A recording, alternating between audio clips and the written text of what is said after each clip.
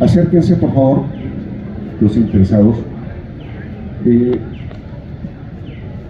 A continuación, vamos a presentar este libro que está por aquí, que se llama La permanencia del efímero. Es de mi autoría. Quiero presentar primeramente a Ruth Escamilla Monroy, que les acompaña.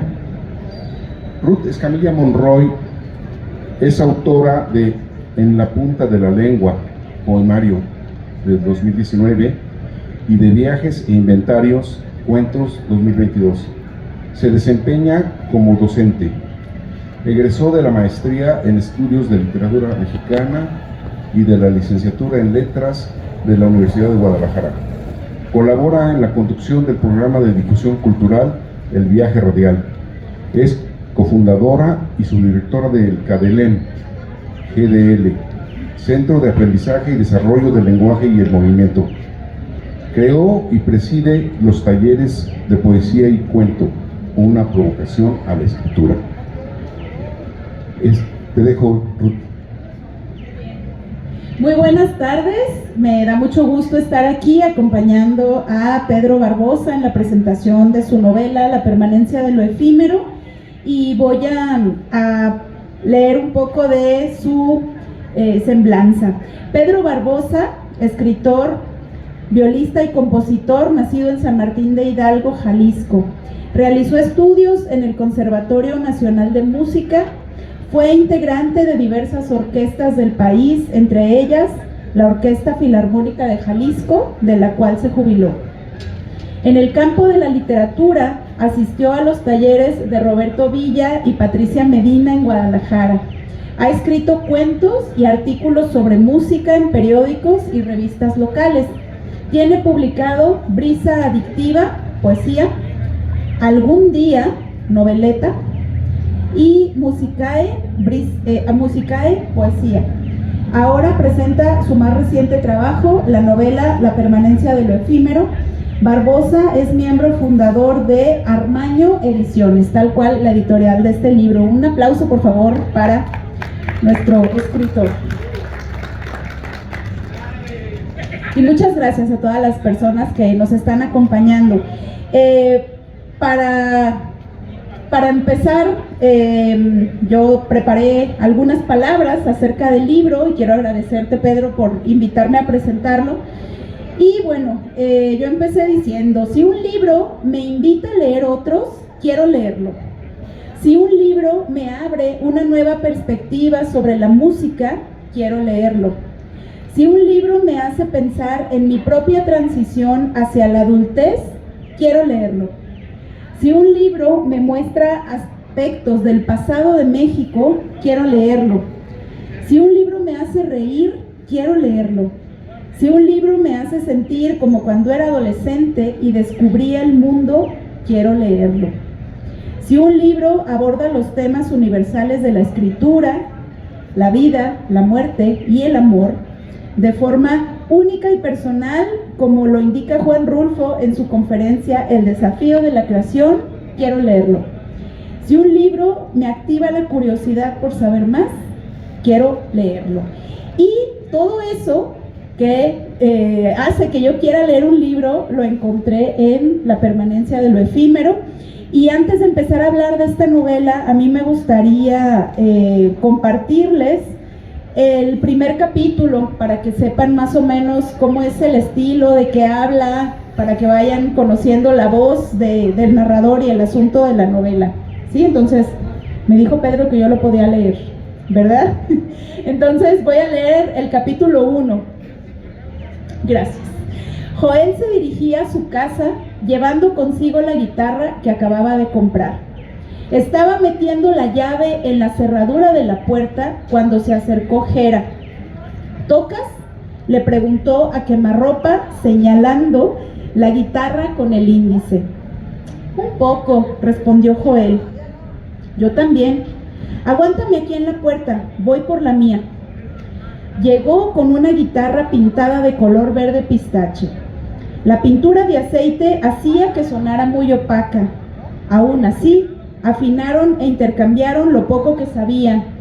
En realidad, Gera sabía más. Gera era solo un conocido.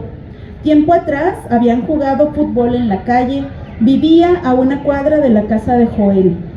A partir de ese día en que acordaron reunirse para practicar, iniciaron su amistad.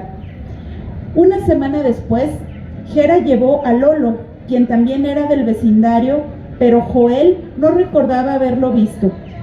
Resultó que Lolo ya tocaba en un grupo que se hacía llamar La Menta Soul. ¿No te parece medio mamón ese nombre?, le preguntó Gera a Lolo. El nombre es lo de menos, contestó Lolo con un aplomo que no parecía venir al caso. ¿Lo de menta es por la mota?, quiso saber Joel. Simón.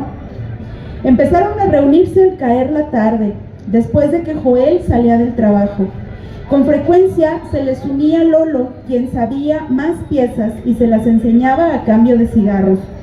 Tocaban sus guitarras y fumaban a veces hasta bien entrada la noche. Los vecinos protestaban cuando esto ocurría.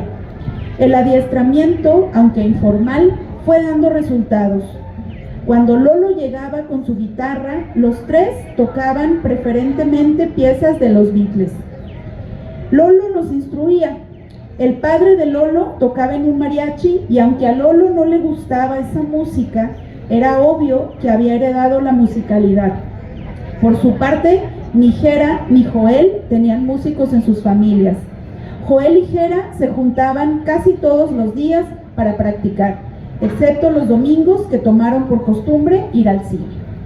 Pues este es el primer capítulo de la novela, como pudieron escuchar, es un capítulo muy breve, como lo son los 120 capítulos, ¿verdad? 120 capítulos de la novela, que tiene 206 páginas, entonces es un libro que de manera muy ágil nos mete en la historia, ¿no? Ya vimos quién es el protagonista, ya vimos que Joel tiene guitarra y que está empezando a tocar, que con sus vecinos va a estar aprendiendo a tocar la guitarra. Y así va transcurriendo la novela con estos capítulos que a veces abarcan 2 páginas, a veces abarcan 1 página y que nos ayudan a continuar ahí con la lectura muy, muy ágil. Y bueno, pues yo quería que escucharan un poquito de la novela y antes de empezar a preguntarle muchas cosas a Pedro, quiero compartir unas reflexiones que escribí acerca del libro, pensando en esto que yo encontré muy agradable al momento de leerlo. La novela La permanencia de lo efímero, de Pedro Barbosa, es un acercamiento a otros libros, como Siddhartha, de Hermann Hesse, o Werther, de Goethe, Estamos en todas partes, de Jerry Rubin, o otros libros más, que a mí esto me parece muy interesante y ya después le voy a preguntar a Pedro de todos estos libros que mencionan, que aparecen en esta novela suya, pues, ¿cuál es su libro favorito? Aparecen muchos, pero de esta lista, ¿cuál es el libro favorito de Pedro, no de Joel? Mío, bueno, mira, yo tengo por costumbre decir que cuando me dicen cuál es tu libro favorito, y suelo contestarles el que estoy leyendo en estos momentos, ¿sí? Porque de alguna manera se puede decir que todos son mis libros favoritos, al menos los que he leído. Claro, hay algunos más que otros, por supuesto, ¿verdad? Pero sí, en general, todos. Ahora, pero en este caso, hablar de libros, fíjate que no sé si te había comentado que esta novela pretende ser lo que se llama una novela de iniciación. Se les llama así de iniciación cuando hablan de la transición de la adolescencia a ya la primera adultez. En ese caso, Siddhartha, de Hermann Hesse, es el que sería mi favorito en este momento, digamos, ¿verdad? Sí, porque pues justamente Siddhartha trata de eso, en otro ámbito, en otro ambiente, en otra época, pero esa es la idea. Entonces libros como este de Hermann Hesse, El guardián entre el centeno, de Salinger, y algunos otros, El lobo estepario, por supuesto, se ocurren en esa dinámica, ¿no? de narrar esa transición prácticamente de la adolescencia a la edad adulta. Bien, muchas gracias. Y sí, Joel, que es el protagonista de la novela, está en esta etapa de descubrimiento, acaba de salir de la secundaria, ¿no? Está en la secundaria y no puede entrar a la prepa porque muere su padre, entonces tiene que ponerse a trabajar desde muy joven para, pues, todos los gastos de la casa, nada más son él y su mamá. Y entonces en ese trabajo que tiene, atendiendo clientes, pues tiene unos ratitos libres donde puede leer, ¿no? Puede leer un poquito estas novelas que le van recomendando otras personas y que le van ayudando a ir descubriendo la vida un poco, y también tiene otras lecturas que están relacionadas con la música, que es otro de los asuntos de la novela. Entonces, además de en este descubrimiento de Joel como persona y también como músico, porque al principio lo vemos que va a empezar, ¿no? Va a empezar a tocar.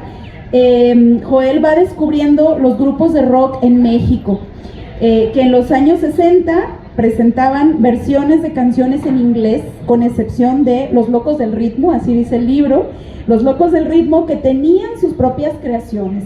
Los demás pues hacían versiones de canciones que ya existían. Entonces, a través de estos descubrimientos, él llega a los Beatles, porque ya lo vimos ahí, que era lo que tocaban por ahí los amigos que ya sabían tocar guitarra. Llega a ellos y a la ola inglesa que desataron los Beatles, y a grupos musicales de San Francisco, por ahí también en esta época de revolución cultural. Y el mismo Joel, como protagonista, forma parte de bandas como los Chichimecas Brothers, que además el nombre es muy interesante, ¿no? En esta mezcla del inglés con el español, y Pollo Frito, que es la segunda banda de la que forma parte Joel. Entonces, bueno, en este asunto de la música, para mí como lectora, fue muy emocionante. Bueno, yo te agradezco, Pedro, que me hayas invitado, porque a mí me encanta la música. Yo te veía cuando tocabas en la Orquesta Filarmónica, yo era asidua asistente a los conciertos por allá hace algunos años, y entonces disfruto mucho la música, y la novela está llena de música, obviamente, pues es un músico el escritor, y entonces hay muchas referencias. Con todas esas referencias a la música, yo fui armando una lista de reproducción que luego ya la escuché después de leer la novela, y fue muy agradable meterme a la onda musical de la novela. Y no sé si entre esas canciones, porque también sé que tocas, tienes por ahí un grupo que tocan rock, pero con música, con instrumentos de música clásica, ¿verdad? Sí, rock de cámara le llamamos. Rock de cámara. ¿Alguna de estas canciones que aparecen en la novela la has interpretado con el grupo de rock de cámara? Sí, sobre todo Eleanor Rigby, de los Beatles. Sí, era la idea. Es un virus que me contaminó desde joven, y que está presente en la novela, en mi vida todo el rato, el rock. A pesar de que tocaba música sinfónica, siempre el rock está en mis venas, se puede decir. Sí, es de verdad un agrado ahí escuchar después de leer o mientras vamos leyendo, ¿no? Estar ahí disfrutando la música que menciona el libro, y que este joven va encontrando ese gusto por la música, y se va enamorando más, ¿no? de la guitarra y del bajo, porque también luego toca el bajo. Y bueno, en este proceso de crecimiento del protagonista, es una invitación para mí como lectora en la madurez a recordar los momentos y las canciones que me fueron adentrando al mundo adulto, ¿no? O sea, a mí también me pusiste a pensar cuáles serían esas canciones que yo pondría en un libro que hablara de mí, de cómo me fui convirtiendo en adulta. Y no sé si ustedes lo hayan pensado ustedes como público, ¿no? ¿Cuáles canciones serían como la banda sonora de su propia, de la película de su vida, ¿no? ¿En qué canción les hizo darse cuenta de algo? ¿Qué canción? Bueno, esa es una reflexión que yo me llevé y que me gustó mucho. Y bueno, en este proceso de Joel, el protagonista de ingresar a la edad adulta, pues quienes hemos pasado por ahí, que somos todas las personas que estamos aquí, ¿verdad? Sabemos que es agridulce, ¿no? Ese convertirnos en jóvenes y tener que empezar a trabajar y empezar a ganarnos el dinero y bueno, a enamorarnos y a desilusionarnos, ¿no? Que es otro de los procesos muy importantes en la novela. Bueno, Joel, como creo que, no sé si es un estereotipo, pero creo que como amante del arte, pues también tiene un corazón muy abierto, ¿no? Al amor, y entonces hay varias chicas de las que él se va enamorando. Se nos describe cómo es el sentimiento de Joel acerca de qué piensa él de las mujeres, las ve como algo que es difícil de alcanzar y bueno, se enamora y le rompen el corazón y se vuelve a enamorar, ¿no? Entonces es muy interesante esa parte de Joel, y el narrador nos permite apreciar ese proceso de maduración de Joel con momentos de humor, y hay momentos muy chistosos en la novela. A mí me hizo mucho reír en algunas partes. Por ejemplo, hay un momento en el que Joel va a un centro a tomar una clase de yoga, y la persona que lo atiende ahí pues intenta adivinar o le hace creer que sabe cosas de él, ¿no? Y entonces qué signo del zodiaco es y no lo atina, entonces pues trata de justificar, bueno, pues no, pero entonces eres este signo porque ese signo estaba en tal posición, ¿no? O sea, como hay momentos muy, muy chistosos. Hay otro momento también cuando Joel toma el tren, hace un viaje largo y toma el tren, y de pronto se sube un vendedor de cornetas, entonces muchos niños lloran para que les compren una cornetita. Pero el sonido que se produce con los niños tocando las cornetas y los niños gritando porque no les compraron es igual de desagradable, ¿no? Algo así dice el novela. Entonces hay muchos momentos muy, muy simpáticos en la historia, como pues también la hay, creo, en nuestra vida.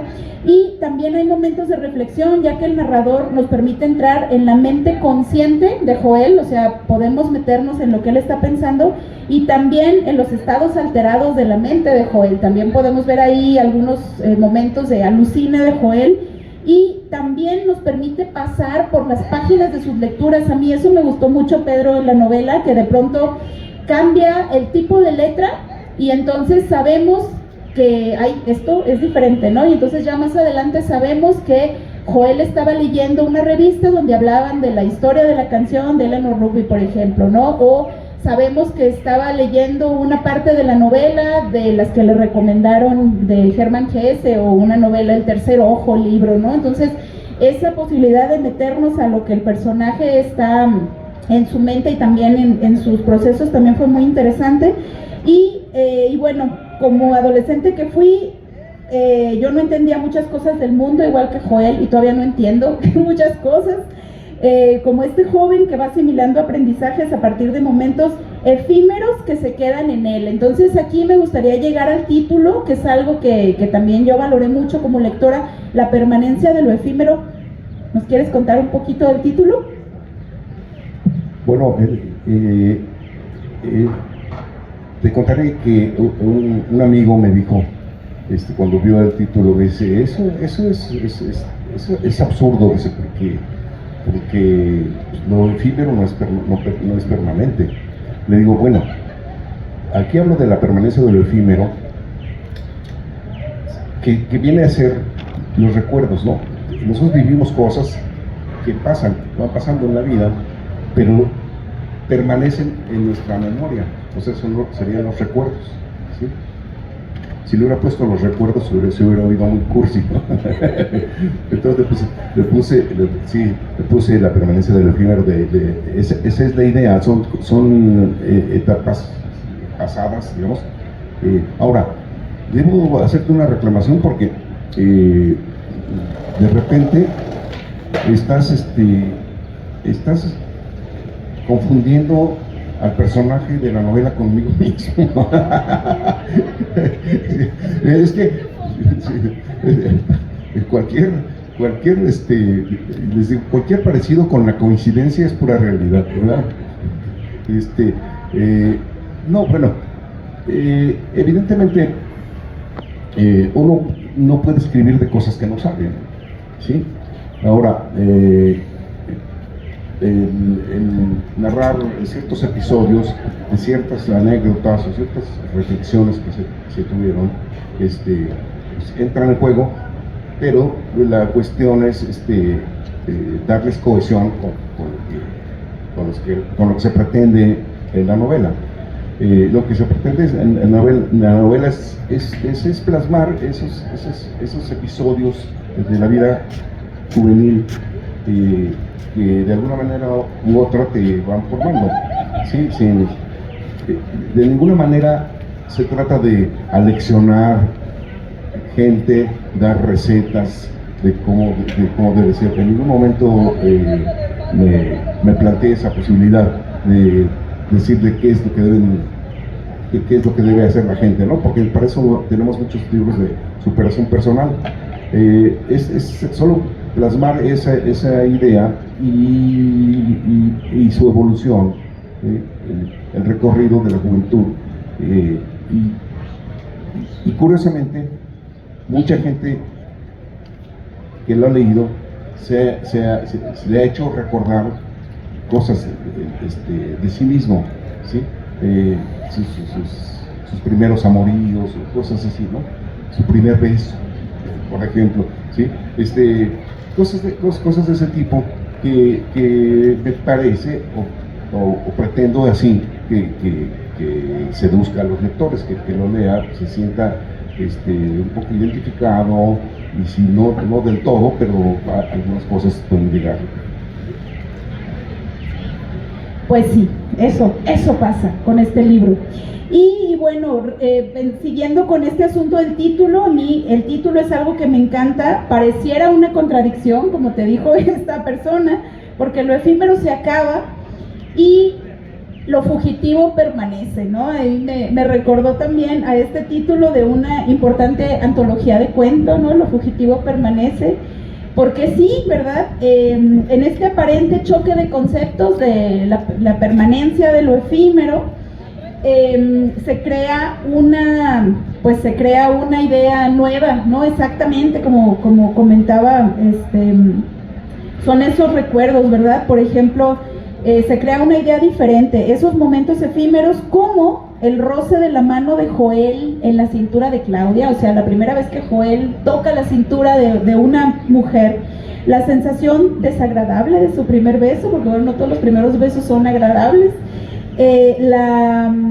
una clase de yoga, ¿no? La primera vez que él tomó una clase de yoga, una anécdota como dormir en una banca infestada de chinches, se quedarán en su mente y formarán parte de su memoria.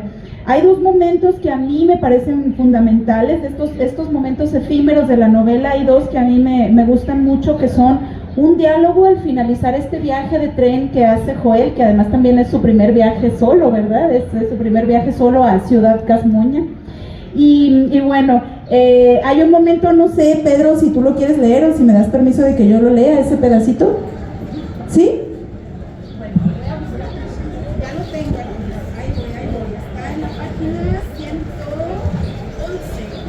Nada más que estás spoileando demasiado.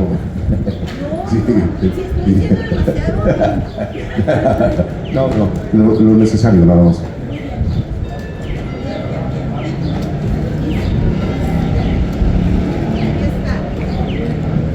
Bueno, este fragmentito a mí me gusta mucho con esa reflexión de qué nos vamos a acordar, ¿no? Estos momentos que pasan rápido, ¿cómo se van a conservar en la memoria? Dice: salió de su cueva hasta que el tren volvió a arrancar.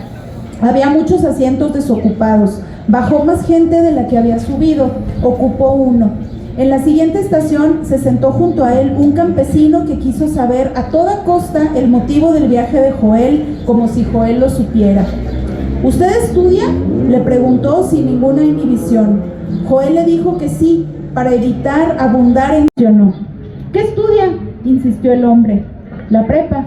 Joel se permitió una mentira piadosa más. ¿Están de vacaciones? ¡Hey! Joel podía permitirse mentir, pero no ser grosero.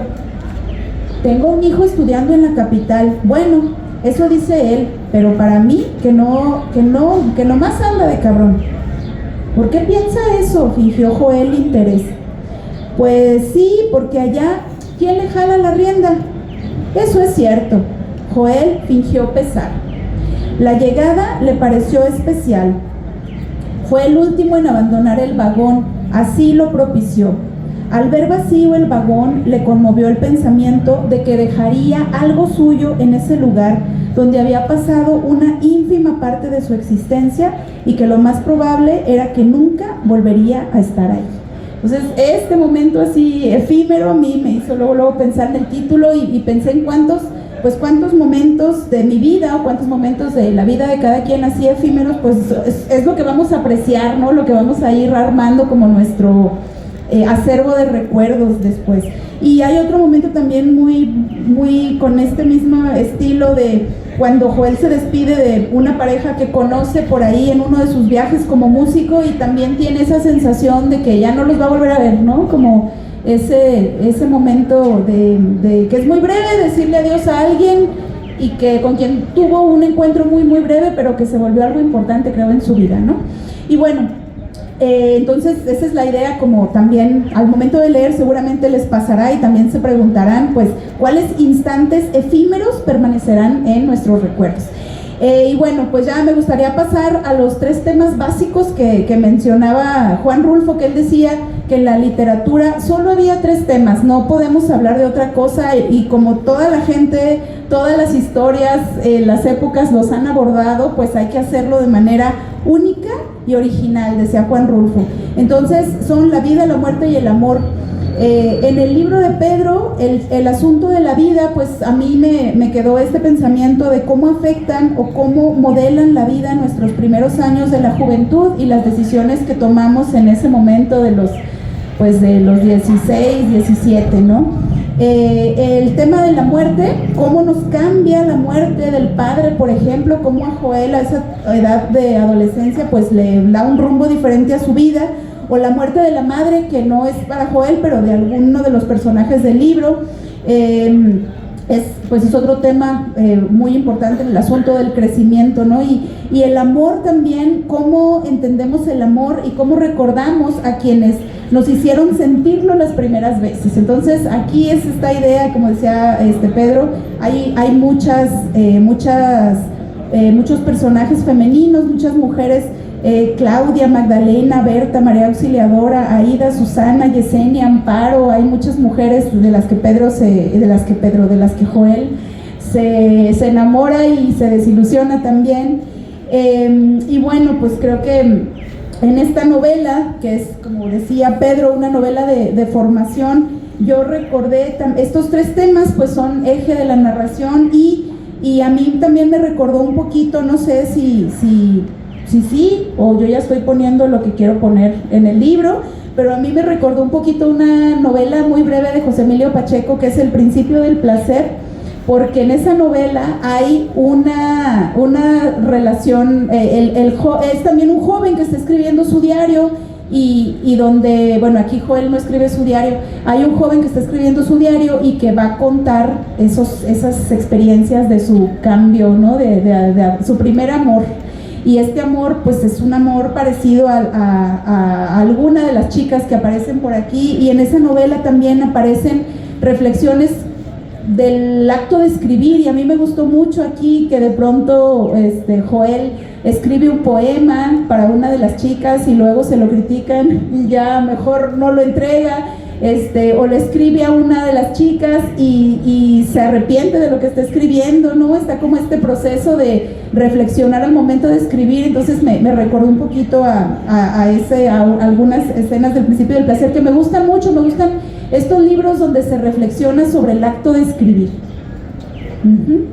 Y bueno, pues ya, el último de los puntos que yo quería tratar es la curiosidad, que es parte de la vida, y esta novela parece estar hecha para lectores curiosos que quieran entrar a ver qué lee su protagonista, ¿no? Ahí nos podemos asomar a la página que está leyendo Joel, que indagan, lectores que indagan datos sobre hechos que menciona. A mí pues sí, soy esa lectora, entonces te agradezco todos esos detallitos que vas poniendo en tu libro y que invitan a saber un poquito más. Me puse a buscar videos, me puse a buscar personajes. El nombre de Jerry Rubin me salía muy...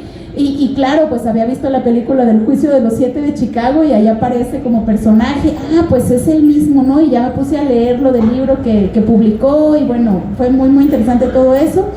Y bueno, finalmente la permanencia de lo efímero ha sido un regalo para mí como amante de los libros.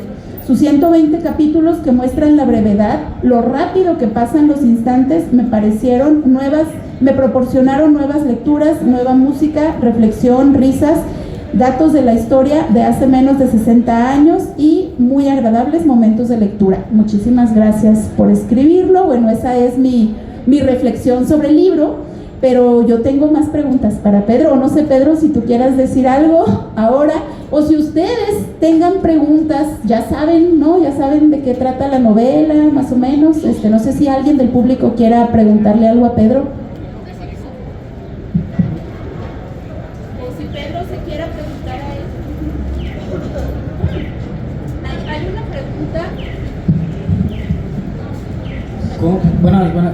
¿Cómo fue el proceso creativo para ir desarrollando cada capítulo y cómo elige cómo acomodarlos en ese orden? ¿O es según la historia? ¿Tiene continuidad o cada capítulo es independiente? Pues mira, diste en el clavo con tu pregunta, porque justamente le comentaba yo a Ruth días pasados que todos estos son escritos que inicié desde mucho tiempo atrás, pero llegó un punto en que esos escritos no tenían ni pies ni cabeza, y los últimos 2 años me di a la tarea de organizarlos para darles precisamente una secuencia lineal, digamos, porque estaban muy dispersos, pero aparte de una coherencia en el discurso, y también unificar muchos aspectos de los mismos personajes que de repente encontraba que en un escrito aparecía con un nombre y en el otro con otro nombre, y dije, bueno, pues, o que fulanito de tal era músico y realmente no lo era. Entonces, detalles que realmente me costaron trabajo, debo confesarlo, me costaron trabajo porque estaba hecho un galimatías, era un berenjenal aquello. Entonces ese fue el trabajo, y te digo que diste en el clavo porque precisamente ese fue un trabajo para poder darle continuidad al texto sin caer en ese caos que por cierto algunas personas defienden, que le llaman la dislocación del tiempo en la literatura, ¿verdad? Cuando escriben cosas que así como sin obedecer a lo lineal, lo que no es lineal, es una dislocación, ¿sí? O sea, me parece una cosa que ocurrió antes de la otra, bla bla bla, así, todo por ningún lado, ¿no? Y yo pienso que puede tener efectos en algunas ocasiones, pero en general hay que hacerlo como que fluya, digamos, porque esta chica Georgina del sábado pasado que nos comentaba de que cuando uno está haciendo alguna cosa, de repente se le viene un recuerdo, o sea que en la vida real sí hay esa dislocación, ¿no?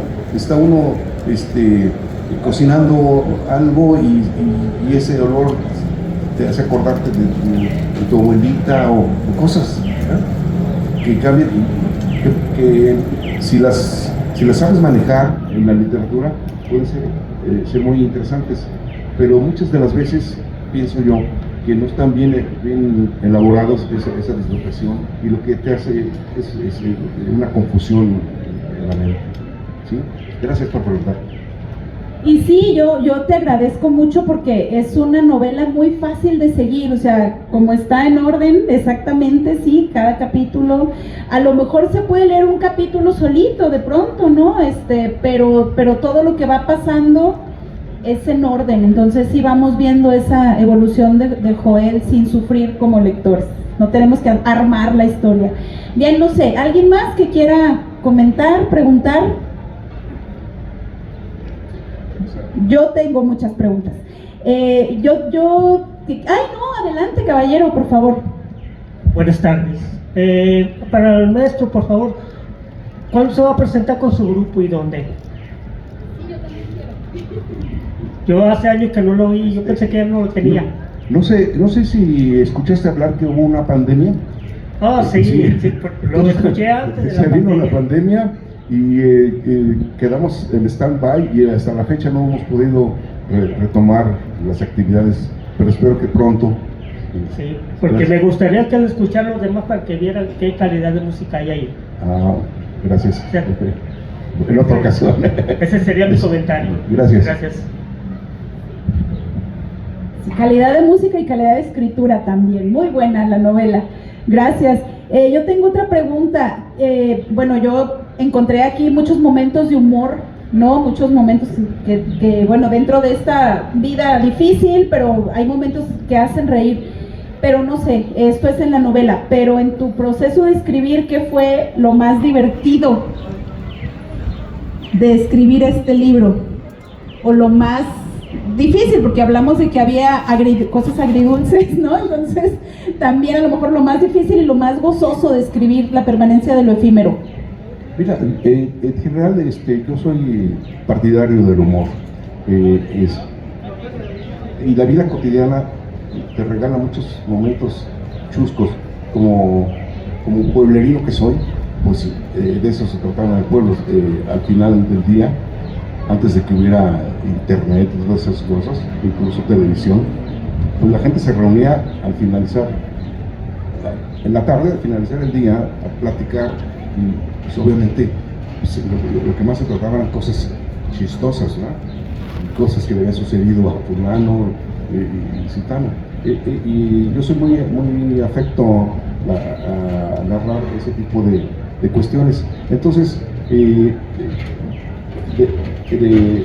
casi de manera imperceptible se fueron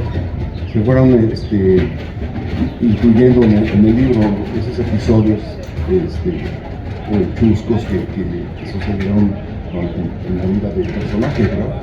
¿Sí? Que a lo mejor te sucedieron en otro contexto, pero bueno, esto quedaría bien aquí, ¿verdad? Esa fue pero en general, de todo lo que sea humor, bienvenido. Bien, pues no sé, ya estamos casi por terminar. ¿Alguien más quiere aprovechar la oportunidad de preguntarle algo aquí al maestro Pedro Barbosa? ¿Alguna pregunta? Yo tengo más. Tengo otra pregunta. Bueno, esta es tu primera novela, ¿verdad? Algún día bajita la mano, que también la disfruté mucho y que también está de venta en la feria. ¿Y cómo te ves tú, de escritor de la primera novela y de La permanencia de lo efímero? ¿Qué ves tú de diferencia en el Pedro que escribió esta novela o en la escritura de esta novela y de esta otra novela? Bueno, la primera novela está escrita en tono que le llaman confesional, es decir, es un diario de una persona que va narrando sus cosas, sus cuitas, sus problemas, y entonces eso lo hace ver de una manera más íntima y más trágica.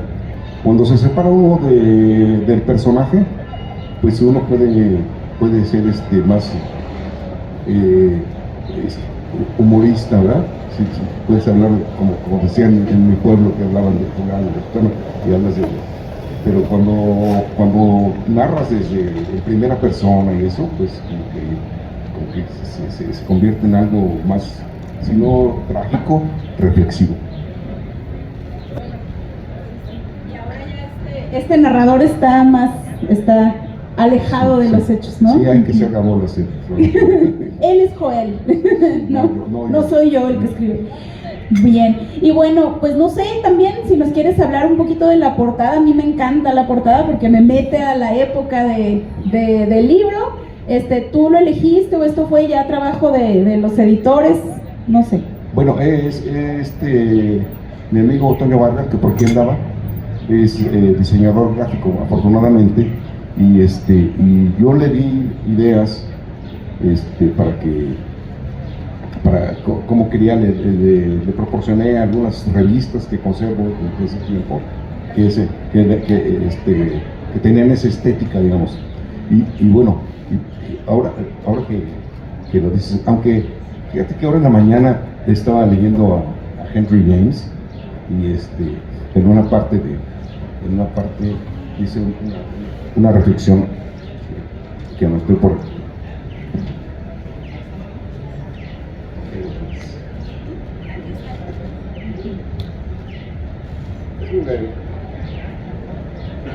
Dice: hablar a los demás de la propia obra es siempre hacer un poco el papel de tonto. Entonces ahorita voy a hacer el papel de tonto. Fíjate que si detectas en la portada, es una silueta de un guitarrista, ¿verdad? ¿Sí? Que se supone que es Joel, pero ese está basado en una pintura que le regala a Joel en el transcurso de la novela, una chica que estudia artes plásticas, y le regala, y es esa figura que está en la portada. Sí, hice un poco el papel de tonto. Ay, muchas gracias por darnos el secreto que fue muy interesante para mí el otro día que fui a una exposición en el Musa y encontré una pintura de Rafael Cauduro, y yo estaba leyendo la novela en ese tiempo, y entonces vi este cuadro del joven, se llama La ventana vieja y el joven, y dije, ay, se me figura que este es Joel, ¿no? Así trae sus pantalones acampanados. Entonces pensé, me gustó mucho eso, que el libro me hizo ver un cuadro que no tiene que ver con la obra, pero que me metí a la novela y lo pude apreciar por ahí. Pero qué bonito saber que es el dibujo de la chica, de una de las chicas de la novela. Pero adelante. Yesenia, ¿no? Sí. Oye, no había tenido la oportunidad de platicar contigo a propósito de eso, porque vi que lo publicaste hace días, y pues sí que sí. Bueno, ya estamos confundiendo más a la gente con tantos datos de ese tipo. En fin, creo que estamos a tiempo. Bueno, yo quisiera aprovechar estos últimos instantes para agradecer a Ruth todo este trabajo que tuvo a bien hacer a propósito de esta novela. Y estoy encantado porque algunas personas que ya la leyeron, que son más o menos tan jóvenes como yo, pues les recordó muchas cosas, pero estoy interesado en también ver cómo responden los jóvenes, cómo la ven, si algo les dice o no les dice. Y bueno, tú evidentemente estás joven, y agradezco cómo lo tomaste, pero sí me gustaría ver todavía otras opiniones, ¿verdad? ¿Sí? Y entonces te estoy muy agradecido con todo esto.